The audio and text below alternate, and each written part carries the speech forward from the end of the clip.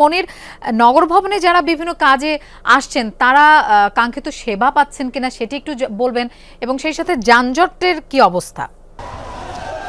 যে আজকে গত কয়েকদিন ধরে ইশরাক হোসেনকে মেয়র শপথ পড়ানোর দাবিতে যে এখানে যে অবরোধ চলছে, এখানে যে কর্মসূচি চলছে, সেটা আজকের দিনের মতো কর্মসূচিটা এখন মাত্র শেষ করা হলো। প্রাণ সসের মাখামাখি টেস্ট নুডলসকে করে তোলে আরো ইয়ামি আরো জোস। প্রাণ সসের আপনি দেখছেন যে মঞ্চ করে এখানে করা হয়েছে, মঞ্চ করে এখানে আজকে সারাদিন অবরোধ ছিল, রাস্তা আটকানো ছিল, নগর ভবনের মানুষদের আসা যাওয়া বন্ধ করে দেওয়া হয়েছিল, নগর ভবনে তালা ঝোলানো হয়েছে গত কয়েকদিনের মতো আজকেও গোলাপশাহর গুলিস্তানের গোলাপশাহ মাজার মোড়ের মতো এমন একটা গুরুত্বপূর্ণ জায়গায় গতকালকে বন্ধ ছিল, আজকেও বন্ধ ছিল।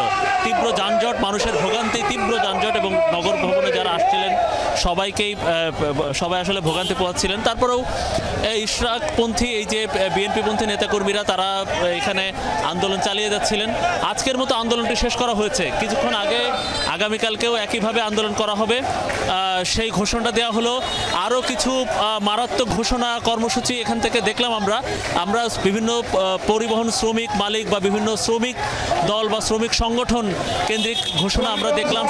সেটা হলো ঢাকা শহরের আবর্জনা ঢাকা শহরটা মোটামুটি আবর্জনা দিয়ে ভরে ফেলা হবে, এমন কর্মসূচি এখান থেকে ঘোষণা করা হয়েছে।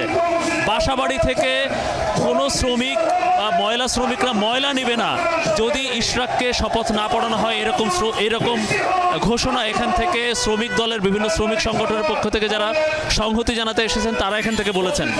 বিদ্যুৎ শ্রমিকরা ঘোষণা দিয়েছেন যে ঢাকা শহরের যত লাইট আছে রাস্তায় সেসব লাইট বন্ধ করে দেওয়া হবে, সরকারি অফিসগুলোতে যে বিভিন্ন বিদ্যুৎ সেবা সেগুলো বন্ধ করে দেওয়া হবে। এই ধরনের হুমকি বা এই ধরনের ঘোষণা আজকের এই সংগঠনের আজকের এই কর্মসূচি থেকে দেওয়া হয়েছে। কিছুক্ষণের মধ্যে এই জায়গাটি খালি করে দেওয়া হবে এমন ঘোষণা দেওয়া হলো, এবং আগামীকাল আবার এই ইশরাককে মেয়র শপথ পড়ানো না হলে আগামীকাল আবারও এই যে কর্মসূচি সেটা চলবে নগর ভবনের সামনে এবং গুলিস্তান। মনির, আপনাকে ধন্যবাদ আমাদের সাথে যোগ দেওয়ার জন্য।